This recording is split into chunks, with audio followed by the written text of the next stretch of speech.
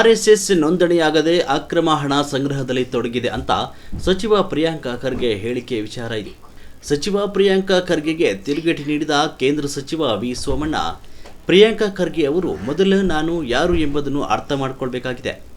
ದೇಶಕ್ಕೆ ಸ್ವಾತಂತ್ರ್ಯ ಪೂರ್ವದಲ್ಲಿ ಆರ್ಎಸ್ಎಸ್ ಅನೇಕ ನಾಯಕರ ಕೊಡುಗೆ ಅಪಾರ ಇದೆ.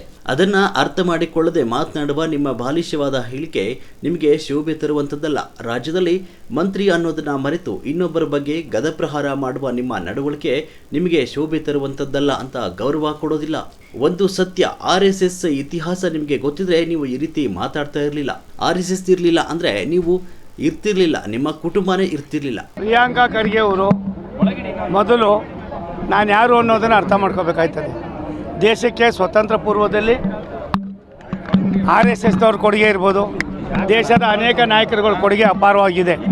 ಅದನ್ನು ಅರ್ಥ ಮಾಡ್ಕೊಳ್ತೀರ ಮಾತನಾಡ್ತಕ್ಕಂಥ ಬಾಲಿಶವಾದ ನಿಮ್ಮ ಹೇಳಿಕೆ, ರಾಜ್ಯದಲ್ಲಿ ನೀವು ಮಂತ್ರಿಗಳು ಅನ್ನೋದನ್ನು ಮರೆತು ಎಲ್ಲ ಒಂದು ಕಡೆ ಇನ್ನೊಬ್ಬರ ಬಗ್ಗೆ ಗದಾಪ್ರಹಾರ ಮಾಡ್ತಕ್ಕಂಥದ್ದು ನಡವಳಿಕೆ ಇದೆಯಲ್ಲ, ಇದು ನಿಮಗೆ ಶೋಭೆ ತರ್ತಕ್ಕಂಥದ್ದಲ್ಲ, ಇದು ನಿಮ್ಗೆ ಗೌರವನೂ ಕೊಡ್ತಕ್ಕಂಥದ್ದಲ್ಲ.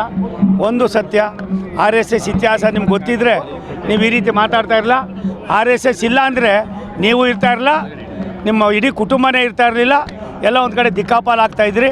ಇದರ ಬಗ್ಗೆ ನೀವು ಬದಲು ನಿಮ್ಮ ಇತಿಹಾಸ ನಿಮ್ಮ ಹಿಂದೆ ಗೌರವ ತರ್ತದೆ. ಅದನ್ನು ಬಿಟ್ಟು ಇವತ್ತೇನು ಮಾತಾಡ್ತಾ ಇದ್ದೀರಿ, ಇದು ನಿಮಗೆ ಗೌರವ ಅಲ್ಲ. ನಾನು ಇದನ್ನು ಖಂಡಿಸ್ತೀನಿ.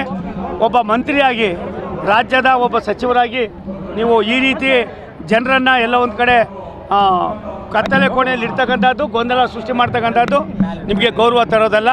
ಇಂಥ ಬಾಲಿಶವಾದ ಹೇಳಿಕೆಗಳನ್ನು ಕೊಡೋದು ಮುಂಚಿತವಾಗಿ ನಿಮ್ಮ ಇತಿಹಾಸ ಏನು, ನಿಮ್ಮ ಕುಟುಂಬ ಬಂದಂಥ ನಡೆದು ಬಂದ ದಾರಿ ಏನು, ಅದನ್ನು ಅರ್ಥ ಮಾಡ್ಕೊಂಡು ಹೆಜ್ಜೆ ಇಟ್ಟರೆ ನಿಮ್ಗೆ ಗೌರವ ಇರ್ತದೆ. ಶಾಸಕರ ವಿದೇಶ ಪ್ರವಾಸ ನೋಡಪ್ಪ, ಒಂದು ಕಚ್ಚಾಟ ಮಾಡಿ ಆಡಳಿತದ ಪೂರ್ತಿ ಕುಸಿದೋಗಿದೆ, ಸರ್ಕಾರ ನಿರ್ಜೀವವಾಗಿದೆ. ಆ ಒಂದು ನಿರ್ಲಿಪ್ತತೆಯನ್ನು ಮುಚ್ಚೋಳೋದಕ್ಕೋಸ್ಕರವಾಗಿ ಈ ರೀತಿ ಮಾಡ್ತಾ ಇದ್ದಾರೆ. ಒಂದು ಸತ್ಯ, ಅವ್ರು ಶಾಸಕರು ಸಭಾಯಲ್ಲಿ ಹೋಗ್ತಾರೆ, ಮತ್ತೊಂದಾಗ್ತಾರೆ ಅನ್ನೋದಕ್ಕೆ ಹೆಚ್ಚಾಗಿ ತುಂಬ ಚೆನ್ನಾಗಿ ಮಾಧ್ಯಮನ ಮಾತ್ರ ಹೈ ಕ್ಲಾಸಾಗಿ ಉಪಯೋಗಿಸ್ಕೊತಾ ಇದ್ದಾರೆ. ಇವ್ರಿಗೆಲ್ಲರಿಗೂ ಒಂದೊಂದು ಡಾಕ್ಟ್ರೇಟ್ ಕೊಡಬೇಕು ಅಂತ ಕಾಣಿಸ್ತದೆ. ಜನರನ್ನು ಬೇರೆ ದಾರಿಗೆ ಕೊಂಡೊಯ್ದು ಜನರ ಸಂಕಷ್ಟಕ್ಕೆ ತಾವು ಸ್ಪಂದಿಸ್ತೀರಾ. 3 ವರ್ಷ ಕಳೀತಾ ಬರ್ತಿದೆ, ಇನ್ನೂ ಕೂಡ ಜನ ಏನು ಅನ್ನೋದೇ ಗೊತ್ತಿಲ್ಲದೆ ನಡ್ಕೊಳ್ತಾ ಇರೋ ನಿಮ್ಮ ನೀಚತನ ಇದೆಯಲ್ಲ, ಇದು ಇನ್ನು ಮುಂದಾರು ಬಿಡಬೇಕಾಗಿದೆ.